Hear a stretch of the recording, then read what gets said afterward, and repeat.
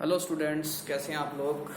Student, जैसे हम cell के बारे में डिस्कस कर रहे थे, already we have discuss about the cell wall, types of cell on the basis of cell wall, right.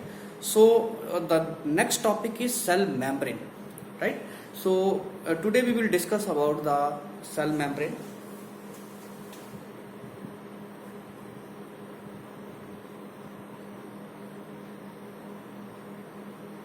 Under this topic, we will discuss about its definition,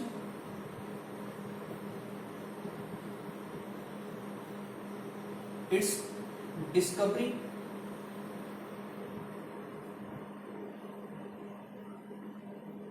its fluid mosaic model,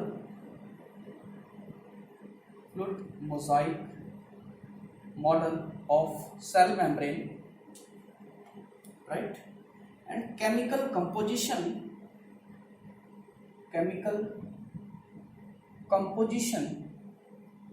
of cell membrane and the functions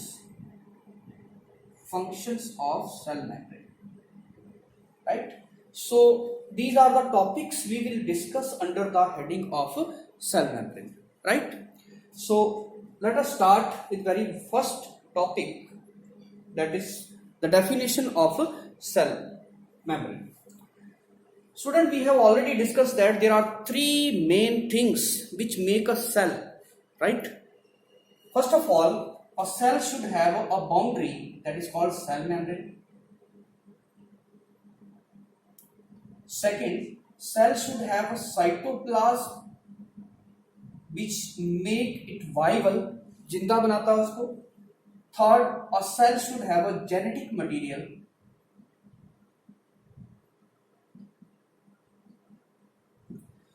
So these are the three vital components of a cell.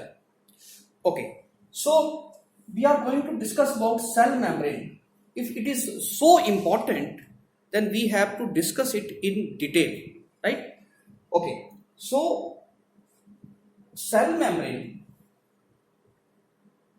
Student, इसके आगे मैं cell membrane को CM करके लिखूंगा, तो आप इसको खुद ही समझेंगे. Cell membrane is a thin fragile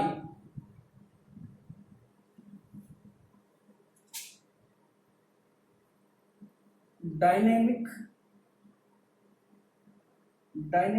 boundary which separates the internal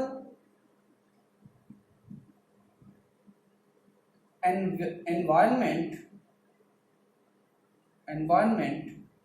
of the cell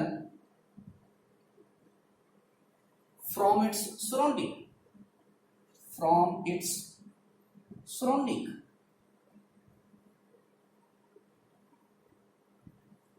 So this is the definition, right. Student, अगर मैं यहां पर कोई सेल बनाना चाहूं तो मुझे उसके लिए कोई बाउंड्री पहले से बनानी पड़ेगी, तभी उसको हम सेल बोल सकते हैं. So this is a boundary which separate the internal environment of the cell from the external surrounding. This is the surrounding of the cell, right. So surrounding से अलग करने वाली जो भी बाउंड्री है सेल की, that is called cell membrane, right. It is like a barrier which prevent the unnecessary flow of material from outside to inside and from inside to outside, right. It is like a barrier which prevent the efflux as well as influx of material in the cell, right. Okay, अगर मैं आपको इसको एक छोटा सा एक model के साथ में दिखाऊं, तो हमने पहले सेल वॉल के बारे में पढ़ा. तो इस बॉक्स को मान लीजिए आप एक सेल वॉल है, क्योंकि जब हम यहां पर सेल बनाते हैं तो हम इसको बोर्ड पे 2 डायमेंशनली ही बना सकते हैं, ठीक है। लेकिन इसको समझने के लिए मैंने आपको एक छोटा सा एक मॉडल के रूप में आपको समझा रहा हूं, हालांकि ये कोई ऐसा बहुत अच्छा मॉडल नहीं है, लेकिन फिर भी आपके समझने के लिए काफी अच्छा रहेगा। Like this is a cell wall. हमने सेल वॉल को इस तरह से समझा है, ठीक है। This is a cell wall, और हमने इसकी ये जो मोटाई है, इसकी जो बिर्थ है, ये गत्ते की जो मैं ये बॉक्स है, ठीक है, इसको हमने पढ़ा था कि it is made up of peptidoglycan, right. In case of bacteria, in case of plant it is made up of cellulose, in case of fungal cell it is made up of chitin, अगर आपको याद होगा, right. Inside the cell wall, अब ये cell wall को 3 dimensionally समझिए, चारों तरफ से ये सेल वॉल है जो एक बाहर और अंदर को अलग कर रही है, but this is only to give shape to the cell. It is protective but it do not prevent the entry of substance inside the cell. It is very much porous, right? Any substance can enter inside the cell through the cell wall. So there should be another barrier which protect the efflux and influx of material inside the cell, right? Okay. So this is cell wall. हमने cell wall को remove कर दिया. Inside the cell wall there is very delicate cell membrane. तो जब मैं cell membrane को यहां बना रहा हूं तो इस तरह से हम बना सकते हैं इसको, ठीक है। अब अगर हम यहां इसको डिस्कस कर रहे हैं तो मैं आपको क्या दिखा रहा हूं, हम मान लीजिए सेल को मैंने बीच में से काट दिया, इस तरह से काट दिया, ओके, इस तरह से काट दिया, ओके, और हम सेल को एक्चुअली इस तरह से देख रहे हैं, हम ये चीज को यहां ड्रॉ कर रहे हैं, राइट। और ये क्या है, सेल के अंदर का एनवायरमेंट है, ठीक है। हमने आधा सेल ऑलरेडी रिमूव कर चुके हैं। सो स्टूडेंट कई बार हम समझ नहीं पाते हैं कि सेल है कैसा है, तो सेल जो है उसको 3 डायमेंशनली आप समझिए इस तरह से, राइट। इसके अंदर जो है एक एनवायरमेंट है, एक अंदर एनवायरमेंट है, ये मेम्ब्रेन जो है उस अंदर के एनवायरमेंट को बाहर के एनवायरमेंट से सेपरेट कर रहा है, ठीक है, ओके। उसके बाद हम डिस्कस करेंगे कि ये मेम्ब्रेन जो है वो बनी किससे है, लेकिन उससे पहले इसकी डिस्कवरी के बारे में हम स्टडी करते हैं। इसमें आपको एक और चीज दिखाना चाहता हूं। अभी तक हमने प्रोकैरियोटिक सेल समझा है, ठीक है। अगर हम इस यूकैरियोटिक सेल को समझेंगे तो ये सेल है, और सेल के अंदर जो साइटोप्लाज्म है, उस साइटोप्लाज्म में ही मेम्ब्रेन से बने हुए और ऐसे छोटे छोटे कंपार्टमेंट्स हैं, ठीक है। This is another compartment inside a cell, मतलब कि ये मेम्ब्रेन जो है वो सेल को बाहर से सेपरेट कर रहा है, और जो सेल के अंदर दूसरे कंपार्टमेंट हैं ये वाले, ये सेल के अंदर जो साइटोप्लाज्म है उससे इसको सेपरेट कर रहा है, right. So this is a special compartment for special function, right. Like this is a plant cell, okay, this is a plant cell. और आपको पता है कि प्लांट सेल में स्पेशली लीव्स होते हैं, दे कैन परफॉर्म फोटोसिंथेसिस। जो leaf cell हैं, they can perform photosynthesis. So this is a plasma membrane. This is already we have removed the cell wall. Inside the cell there is a special compartment which have special substances which is necessary inside the material. This compartment, there are special substances which can trap the sunlight and which can convert the carbon dioxide and water into glucose. So this is called chloroplast. क्या हुआ ये? This is chloroplast. What is chloroplast? This is membrane bound organelle compartment present inside the cytoplasm of the cell which can perform special function. So what are the cell organelles? Cell organelles are also made up of the cell membrane. So अगर हम cell membrane को समझ रहे हैं तो it is not just outer boundary but inside the cell, inside the cytoplasm there are still further small compartments made up of cell membrane which separate this environment from the cytoplasm, because this environment will perform the special function like extraction of energy, like photosynthesis, like destruction of some virus and other material, right? So अगर मान लो ये chemical है, इसको हम खुला नहीं छोड़ सकते हैं साइटोप्लाज्म में, it will cause some damage or these chemical can denatured itself, right? So there are some other small compartments made up of cell membrane. तो अगर हम सेल मेम्ब्रेन पढ़ रहे हैं तो ऐसा नहीं कि वो सेल के बाहर बाहर ही प्रेजेंट है. In case of eukaryotic cell, the cell membrane is present inside the cytoplasm, making a small compartments for special function which are called cell organelles, right? Okay. अगर हम इसको थोड़ा और समझें कि कैसे वो बाहर के एनवायरनमेंट से उसको अंदर के एनवायरनमेंट को अलग कर रहा है, ठीक है. इसके लिए मैंने आपको एक समझाने के लिए एक छोटा सा एक मेथड है, हालांकि ये कोई बहुत अच्छा मेथड नहीं है, लेकिन आपको समझाने के लिए कि बाहर का एनवायरनमेंट और अंदर. मान लीजिए ये बाहर का एनवायरनमेंट है, this is a outside environment, ठीक है. इसका कलर कैसा है? रेड. अगर मैं बात करूं कि this is a cell, then this is present inside the surrounding and cell maintaining its integrity. It has a blue color and outside is a red color. So this is the membrane which prevent the unnecessary material which is present outside inside the cell. So cell membrane maintain the individuality, maintain the internal homeostasis of the cell, right? तो cell के अंदर अगर अब हम इसको थोड़ा सा और, मैं आपको एक और चीज बता रहा हूं. This is the cell. एक एग्जांपल दे रहा हूं, हालांकि आपको इसको याद रखना हमेशा. सेल के अंदर बाकी सब कुछ तो होता है, लेकिन पोटेशियम आयंस बहुत ज्यादा होते हैं. और सेल के अंदर और भी बहुत कुछ होता है, लेकिन सोडियम आयंस बहुत ज्यादा होते हैं. Sodium ions. So cell membrane, ये आपको सिर्फ एक एग्जांपल बता रहा हूं, ऐसे बहुत सारे और चीजें हैं जो अंदर ज्यादा होती हैं बाहर कम होती हैं, या बाहर ज्यादा होती हैं अंदर कम होती है. तो this membrane prevent the entry of these sodium ions inside the cell and it prevent the potassium ion movement of potassium ion outside the cell. Means this membrane is impermeable for sodium ion and potassium ion in normal condition. आप यूं कह सकते हैं कि अगर human body की बात करें, the cells are bags of the potassium floating in the sea of sodium ions, right? So this is the function of membrane. It maintain the internal environment. It separate the cell from the surrounding. If there is no membrane, means there is no membrane, membrane is punctured or destroyed, then these all sodium ions will move out and cell may die. Definitely cell will die, right? If there is no membrane, then it means there is no cell. There is no any cell without cell membrane, right? So cell membrane is a vital part of the cell, right? Student, हम कई बार हम बहुत सारी ऐसी drugs use करते हैं bacteria को किल करने के लिए.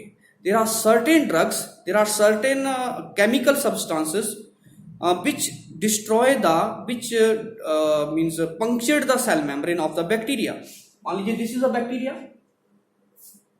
कुछ एक ड्रग्स ऐसी होती हैं या कुछ एक हमारे ही इम्यून सिस्टम के कुछ ऐसे कंपोनेंट्स होते हैं which punctured the cell membrane. When this cell membrane get punctured, all the material which is present inside the cell, it may come out, and the material which is outside, it will go inside the cell. So the cell will lose its homeostasis, internal environment, and it will die, right? So this is the importance of cell membrane, right? Let us discuss about its discovery. Student, इसकी जो discovery के बारे में अगर हम बात करें तो बहुत, जब से सेल की डिस्कवरी हुई है तब से ही इसके बारे में समझना शुरू किया गया कि इसकी जो बाउंड्री है सेल की वो कैसे बनी होगी, ठीक है. बट जो इसकी एक कह सकते हैं हम सिस्टमैटिक स्टडी है, it starts around 1925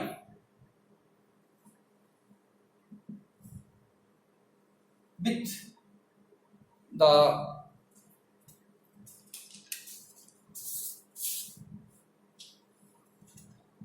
The name of the scientist Grotter and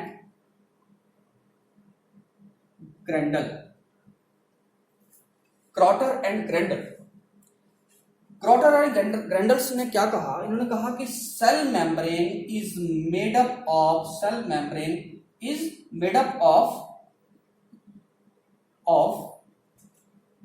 lipids, lipid bilayer, इस नाम को याद रखना, लिपिड बाइलेयर, कि कुछ लिपिड होता है, दिस इज लिपिड मान लीजिए, लेकिन लिपिड की दो लेयर से मिलकर बनी होती है सेल वॉल। ये किसने कहा? ग्रॉटर और ग्रेंडल ने।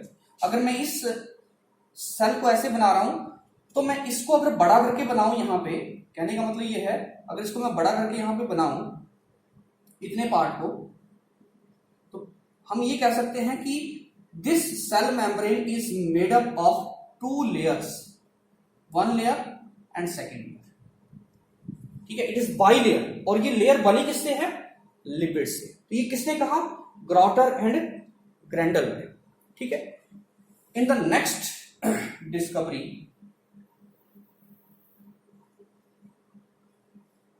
A model is given, means model हम किसको कहते हैं कि भाई इसकी स्ट्रक्चर किस तरह से बनी होगी। तो एक साइंटिस्ट थे जिन्होंने इसका एक मॉडल दिया, उनका नाम था डेप्सन एंड डेनियली, ठीक है। उन्होंने क्या मॉडल दिया? थोड़ा सा अलग था, ठीक है, कि this is the layer of, these two are the layers of lipids, lipid bilayer, and there are some protein molecules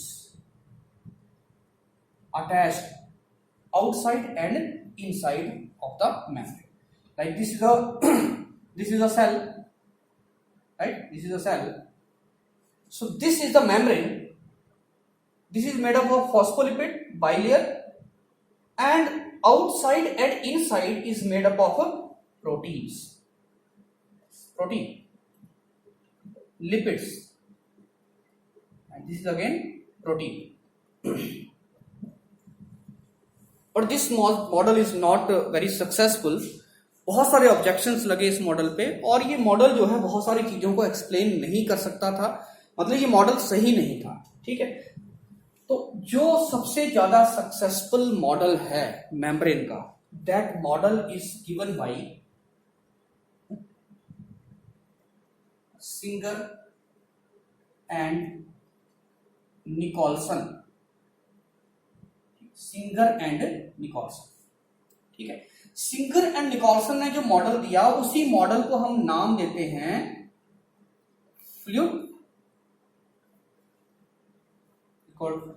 fluid mosaic model, ठीक है। तो स्टूडेंट ये आप नोट करेंगे अपने पास कि जो फ्लूइड मोजाइक मॉडल है, एक्चुअली ये किसने दिया था? साइंटिस्ट के नाम है सिंगर एंड निकोलसन, ठीक है। सो इसको फ्लूइड मोजाइक मॉडल क्यों कहते हैं? फ्लूइड मींस फ्लूइड की तरह, ठीक है, और मोजाइक का मतलब कहने का है कि फ्लूइड के बीच में कुछ चीज जैसे कुछ तैर रही है, अलग से दिख रही है, दैट इज कॉल्ड मोजाइक, ठीक है। तो fluid mosaic model was given by Singer and Nicolson. इन्होंने कहा कि मेम्ब्रेन जो है, वो जो सेल मेम्ब्रेन है, अगर मैं इसको ये बताऊं कि this is the cell membrane, so ऐसा लग रहा है कि ये फ्लूइड है और बीच बीच में कुछ अलग सी कुछ तैरते हुए नजर आ रहे हैं, फ्लूइड में कुछ तैरता हुआ नजर आ रहा है, स्विम करता हुआ नजर आ रहा है, ठीक है। अगर हम एक्चुअल में मेम्ब्रेन को देखें, मेम्ब्रेन का जो थिकनेस है स्टूडेंट, वो थोड़ा आप नोट करेंगे, थिकनेस कितनी मोटी होती है cell membrane, it is about 5 to 7 nanometre. कितनी छोटी हो सकती है, आप ये सोचो जरा। नैनोमीटर क्या होता है? अगर हम 1 मीटर को कितने पार्ट्स में तोड़ दें, इतने पार्ट्स में तोड़ दें 1 मीटर को, ठीक है, तो उसका जो एक पार्ट होगा, ठीक है, उसको हम बोलेंगे 1 नैनोमीटर। मतलब कहने का है 1 nanometre is equal to 10⁻⁹ -9 metre. Note करेंगे अपने पास, ठीक है। ये बार हमें पता नहीं होता है, मतलब आपके पास एक डस्ट का अगर पार्टिकल है, उसको भी आप 1000 टाइम में तोड़ दें, ठीक है, तो उस एक पार्ट को, ठीक है, हम क्या बोलेंगे? 1 नैनोमीटर। इतनी थिकनेस है, इतनी छोटी है। तो मेम्ब्रेन को देखने के लिए हमें किसका यूज करना पड़ेगा? अगर आपको याद होगा, हमने पढ़े थे माइक्रोस्कोप्स के बारे में पढ़ा था, एक हमारा वीडियो लेक्चर पहले आया था, ठीक है, इलेक्ट्रॉन माइक्रोस्कोप। इलेक्ट्रॉन माइक्रोस्कोप की हेल्प से ही हम इसको देख सकते हैं। सो सिंगर एंड निकोलसन ने कहा क्या, ठीक है, एक मॉडल दिया, हम उसको हम डिस्कस करते हैं, लेकिन साथ में इन्होंने कहा कि जो केमिकल कंपोजिशन है, द केमिकल कंपोजिशन, कि पहले बना किससे है, मेम्ब्रेन जो है वो किस चीज से बनी है, different types of material present in the membrane. So अपना नोट करेंगे अपने पास, मैं अलग से इसको अगली स्लाइड पे लिख रहा हूं, ठीक है। First of all membrane contains lipids, second proteins, and third carbohydrates.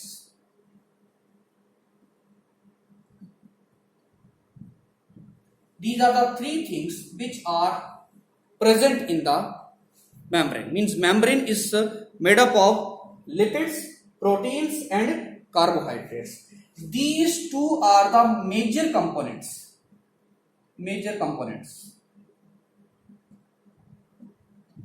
and this is minor, but the function is not minor. And this is a minor component, but the function of this component is not minor. It play very crucial roles. Means वो हम आगे discuss करेंगे क्या role play करता है, but the carbohydrate role is very important, right. It helps in the communication of the cell with the other cell, with the inside of the cytoplasm, right? So these are the three components. Student, जो ये lipid ज्यादा है या protein ज्यादा है, इसके बारे में हम अभी इसलिए नहीं कह सकते कुछ भी, क्योंकि कुछ एक सेल्स हैं जिसमें लिपिड ज्यादा होता है, and there are some cells in which protein is major component, मतलब ज्यादा अमाउंट में पाया जाएगा, ठीक है। सो ये दोनों ही मेजर कंपोनेंट्स हैं, लेकिन जो कार्बोहाइड्रेट्स है वो 10% से ज्यादा नहीं हो सकता है, मोर देन 10% नहीं हो सकता है, ठीक है, इससे कम ही प्रेजेंट होगा, ठीक है। Okay, so this is the chemical composition. इसके बारे में भी अगर हम बात करें, थोड़ा सा और डिटेल में देखें कि लिपिड्स कौन से हैं। So lipids are actually phospholipids, because there are different types of lipids. So membrane carries phospholipids and cholesterol. Student, जब भी हम बात करते हैं कोलेस्ट्रॉल का, तो हमें यही पता चलता है, हमें यही समझते हैं कि cholesterol is very bad, it cause heart disease, cardiovascular disease, but actually cholesterol is very necessary for the cell membrane. If there is less cholesterol, your cell become more fragile, easy to break, right? So a certain level of cholesterol is very necessary for the fluidity, for the healthy functioning of the cell membrane, right? So these are the two type of lipids, phospholipids and cholesterols. Phospholipid further अलग अलग तरह के हो सकते हैं on the basis of some other additional components present in it, like serine, choline, ठीक है, like inositol. There are some other type of, उनको हम बहुत डिटेल में नहीं समझाऊंगा मैं अभी, जब हम इसका एक अलग से डिटेल में एक मैं और लेक्चर लूंगा जिसमें इसकी केमिकल कंपोजिशन, जो हायर स्टडी के लिए बहुत इंपॉर्टेंट है, स्पेशली फॉर नीट स्टूडेंट, ठीक है। But up to your level phospholipid, cholesterol is enough, right. अगर आप थोड़ा सा फिर नोट करना चाहें तो मैं आपको लिखवा सकता हूं, phospholipid can be categorized on the basis of some additional substance. Phospholipid को स्टूडेंट हम ऐसे बना सकते हैं, ठीक है, जैसे अगर हम इसमें केमिकली इसका डायग्राम लिख के बताऊं केमिकल फॉर्मूला के रूप में, तो इस तरह से होगा, this is glycerol molecule and it is connected with fatty acid chain.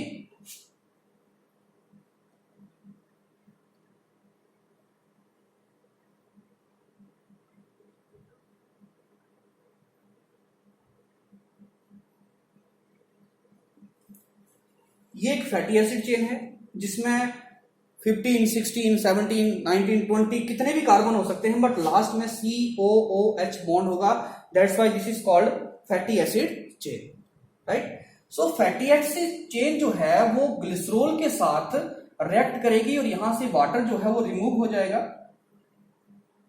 यहां से वाटर रिमूव हो जाएगा और यहां पर एक बॉन्ड इसके बीच में बन जाएगा इस तरह से।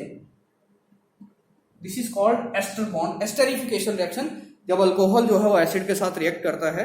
सो इस तरह का बॉन्ड बनता है। तो एक फैटी एसिड चेन, ऐसे ही यहां पर दूसरी फैटी एसिड चेन जुड़ जाएगी, लॉन्ग फैटी एसिड चेन, और जो तीसरी पोजीशन है इसकी, वहां पर फैटी एसिड चेन ना लगकर एक फॉस्फेट ग्रुप लगा हुआ है। कौन सा group? Phosphate group. This is a phosphate group.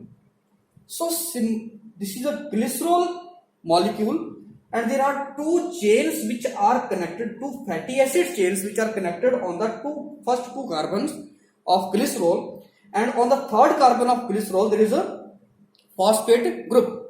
So this phosphate group give a negative charge to this portion, and these fatty acid chains are actually hydrophobic इस water repelling. तो इसको symbolic रूप में लिखने के लिए मैं इसको ऐसे बना सकते हैं इसको, this is the glycerol, this part, and these are the two fatty acid chains. इसके ऊपर चार्ज होने की वजह से it will move towards water. So this is called hydrophilic in nature, hydrophilic, and this portion is hydrophobic. So this is phospholipid, this is the one component, right? So there are different types of phospholipid. If additional substance serine is added with the phosphate, choline, inositol, these may be substance which may be added on this phosphate group. इनका नाम भी अलग अलग हो जाएगा, जैसे फॉस्फोटाइडाइल, inositol, फॉस्फोटाइडाइल, Colin, फॉस्फोटाइडाइल, serine, नाम भी चेंज हो जाएंगे। लेकिन अगर इसके साथ ऐसा कुछ नहीं लगा है, सिंपल ये फॉस्फोलिपिड हम इसको कह सकते हैं। ठीक है, okay. So this is the phospholipid. These phospholipids are arranged like this. This is head, two tails, head, two tails. ठीक, ओके। इसका मैं आपको जो डिटेल स्ट्रक्चर है वो हम आगे इसको डिस्कस करेंगे। फिलहाल मैं जो आपको सामने बनाऊंगा इसके बाद हम डिस्कस करेंगे। This is actually total sale, और हमने इसको सेल को आधा तोड़ दिया। तो मैं आपको ये वाला जो मोटाई है, इसकी थिकनेस है जो सेल मेम्ब्रेन की, उसको मैं यहां पर ड्रॉ करके बनाऊंगा। जैसे हम ये लाइन जो ड्रॉ कर रहे हैं, इसको बड़ा करके यहां पे इस तरह से हम शो करेंगे। So in my next video lecture we will discuss about the model, how these components, means phospholipid, protein and carbohydrates, arranged their self to make cell membrane, ठीक है, which can function to prevent the entry and loss of the substances in the cell communication with other cells. There are so many functions which performed by cell membrane, but all this we will discuss on the next video lecture. So तब तक जो है आप इसको एक बार देखेंगे, और बहुत जल्दी मैं आपको नेक्स्ट वीडियो भी लेके आएगा। Thank you very much.